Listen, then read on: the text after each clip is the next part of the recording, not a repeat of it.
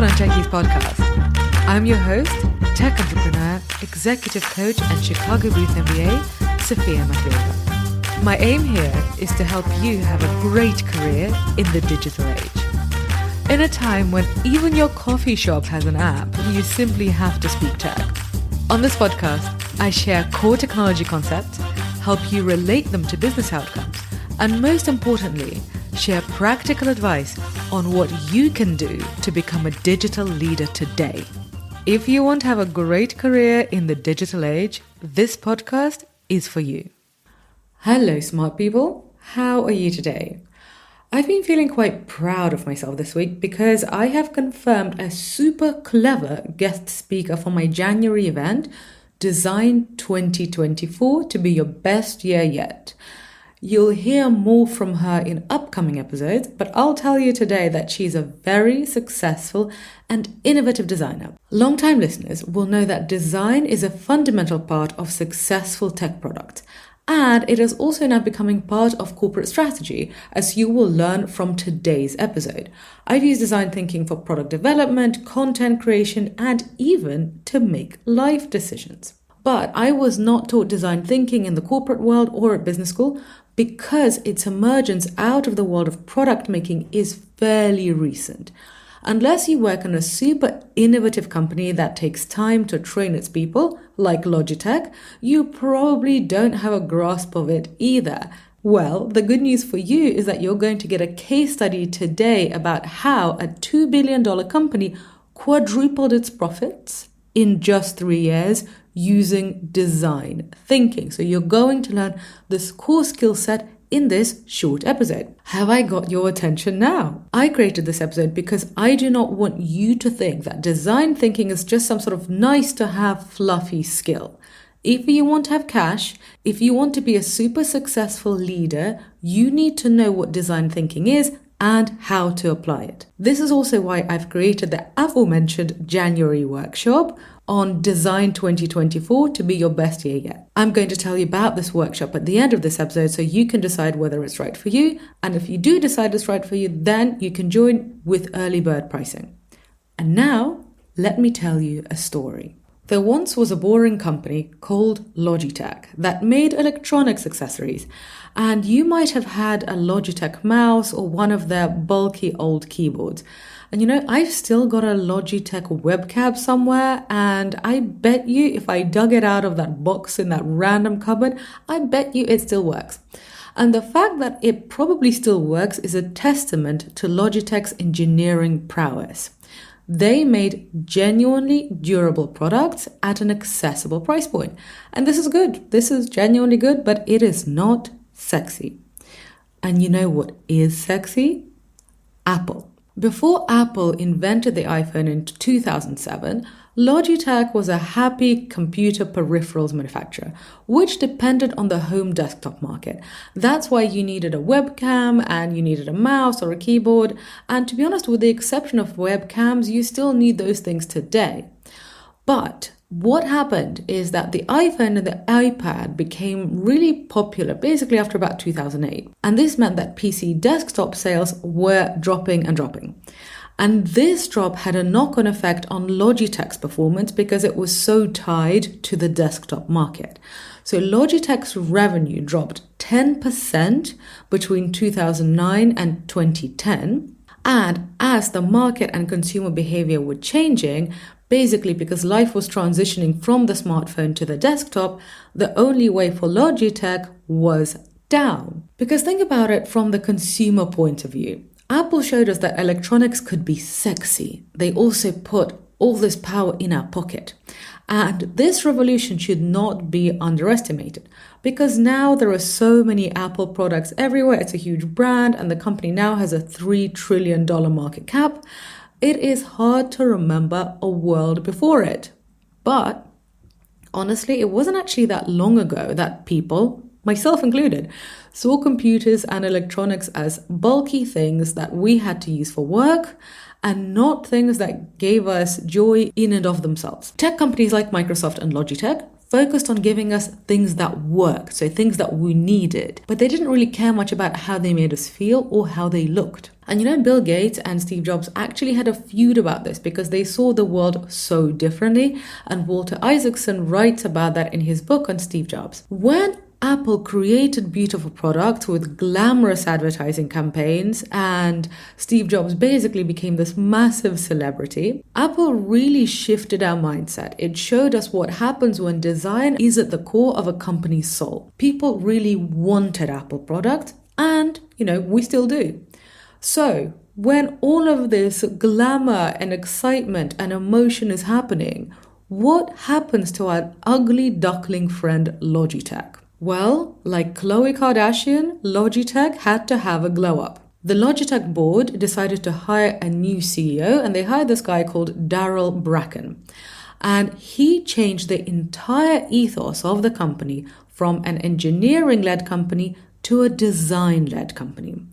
Darrell is a brave man who put his money where his mouth is. Listen to this. One of the first things he did when he became CEO was to reallocate Logitech's R&D funds to hire an actual design team. So he literally took money out of research and development, which is the holy grail for engineers, and he took it out and he basically said, no, we're going to use this for design. So before he did this, Logitech had outsourced design to consultants. And when companies do that, like when big companies do that, design is basically an afterthought. And that means that designers can only focus on really surface level things like the colors or the packaging, not the actual core of the product, because when design is outsourced, the product is already made, and then the design firm is basically told, okay, make the design pretty, make the packaging pretty.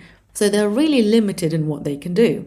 But Darrell decided to change things, and he hired top people from companies that at the time were super famous for their design. So a company like IDEO, which is a legendary design firm. He also got people from Samsung, from LG, and from Nike.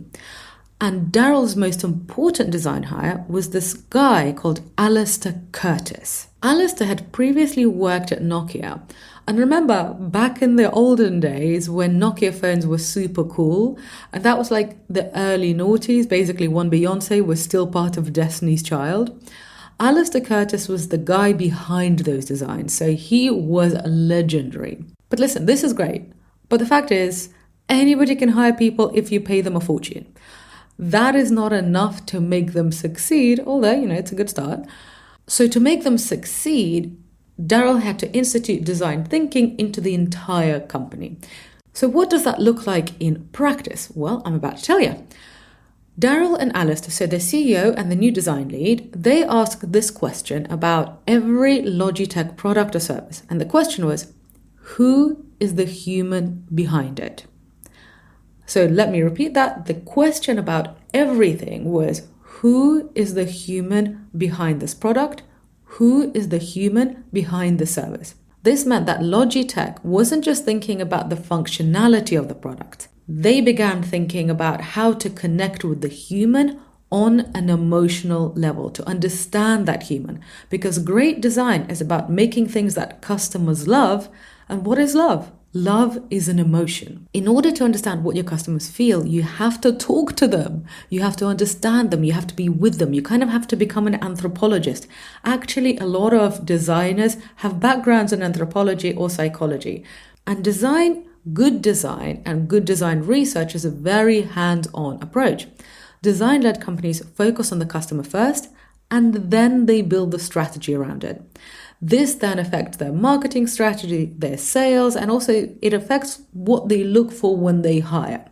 And this design thinking approach, if done properly, it can change the entire company. And this is exactly what happened at Logitech. Before Darrell Bracken was hired to lead this turnaround, Logitech was an engineering-driven company. Engineering, or MBA-led companies, they love to follow checklists and best practices. And I also see consultants doing this. So for my listeners at Bain and McKinsey & Co., listen up. You are probably using a very top-down approach.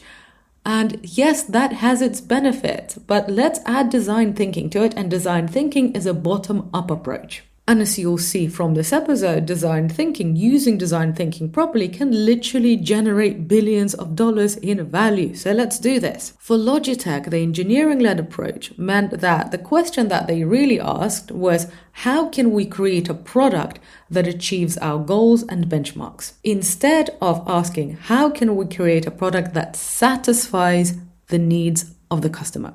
Do you see the difference?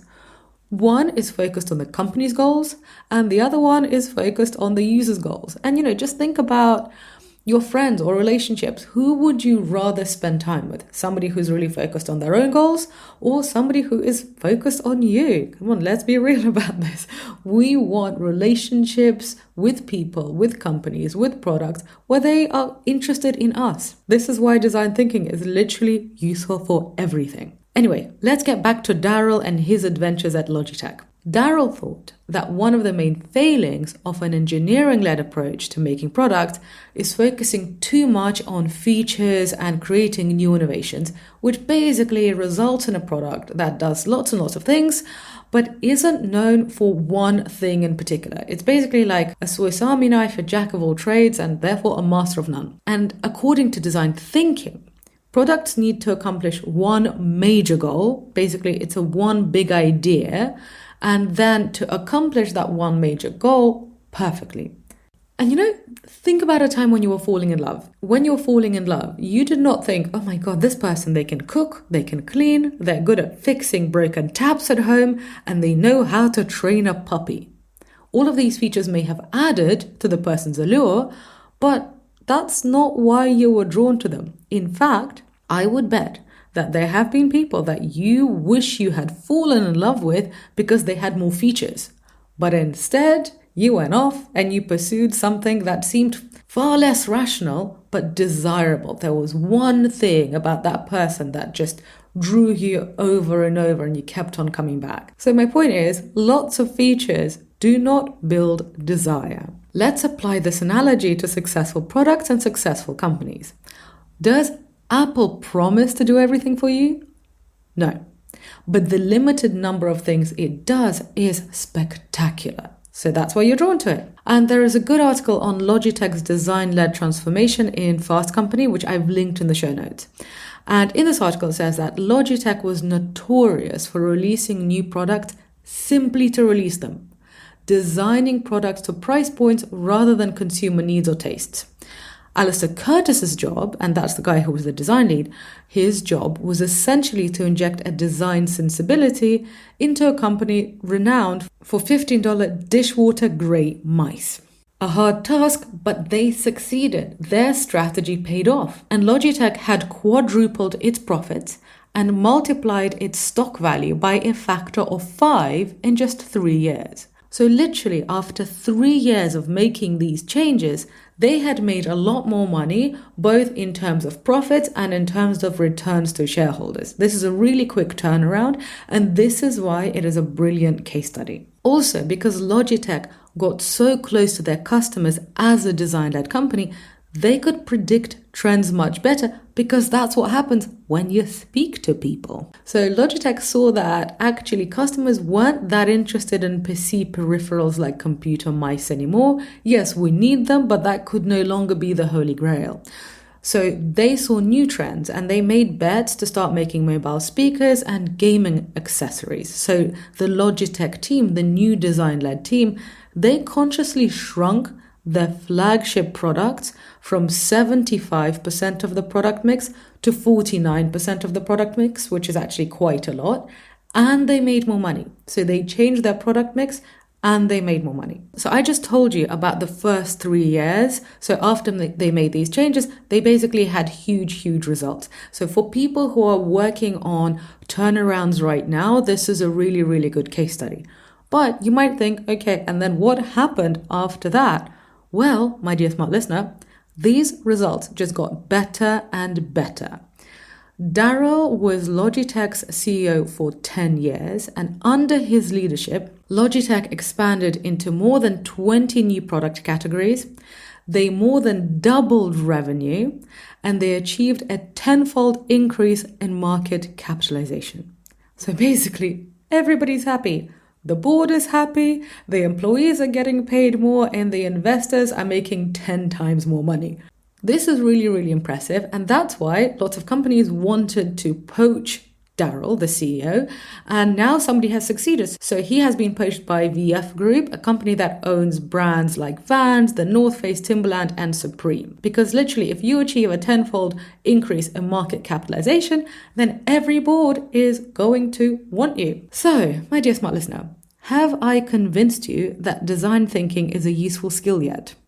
I hope so, because researching this case study was actually quite hard work. So if you're finding the results of my labor useful, please leave this podcast a rating and a review on Apple and on Spotify or wherever you are listening to this podcast. And what I really want you to see from this episode is that it was not just the design lead, Alistair Curtis, who used design thinking to turn this company around.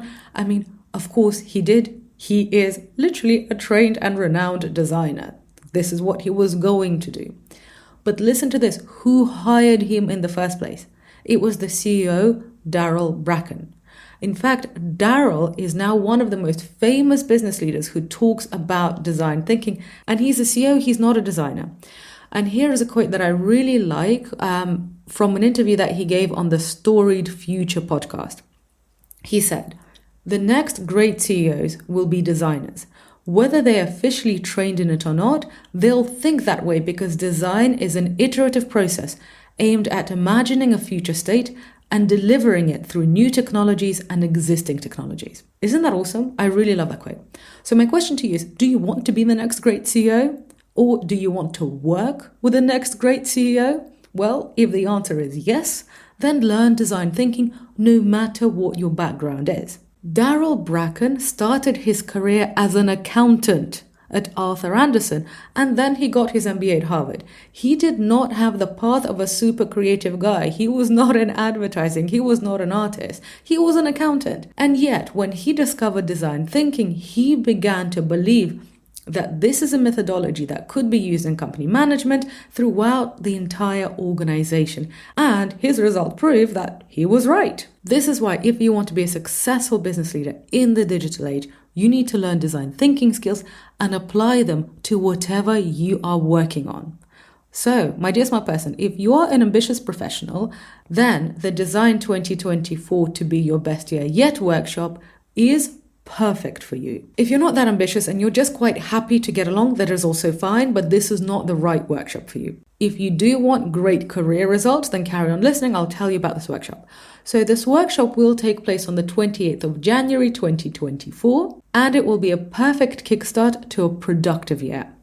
In the first half of our workshop, we will cover what design thinking is, and you'll learn how this methodology has helped tech companies like Airbnb and Snap grow, and we will go further into the Logitech case study, and I'll also show you the fundamentals of how design thinking is taught at the Stanford School of Design.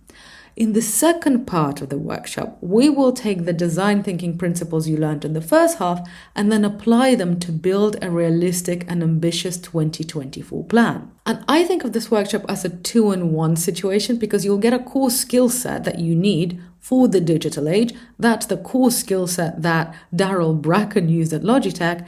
And then you'll also walk away with a plan for 2024. So it's basically 2 benefits in one. And if you want to enjoy the holidays in the knowledge that you've got something to kickstart your year with, then what I suggest you do is register for Design 2024 to be your best year yet now, because right now there is early bird pricing available.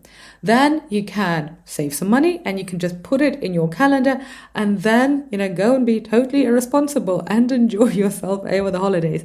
Because, yes, we are ambitious, but we need to have some fun too, right? And if you are already a Tech for Non-Techies member, this workshop is included in your membership, so you're going to get it for free. So well done you for making that smart and prudent decision to join. For those of you who've been listening to this podcast for a while, and if you like the sound of this workshop, then I recommend that you get the membership, so then you can get this workshop and all of our future trainings and all of our courses for the rest of your life. That is definitely the smarter financial decision. Our members lead digital transformation, they create tech businesses as non-technical founders, and they become smart money investors. These are very impressive results. And if you also want these results, if you also want to thrive in the digital age as a business leader, then come and join us. Go to techfornontechies.co/membership or check out the link in the show notes. Thank you very much for listening to this case study. I really do hope you found it useful. I found it super inspiring, and I'm really curious about how you are going to use this knowledge in your work and in your life. On that note, thank you very much for being with me today. I really appreciate the time we spent together. Have a wonderful day, and I'll be back in your delightful smart ears next week. Ciao.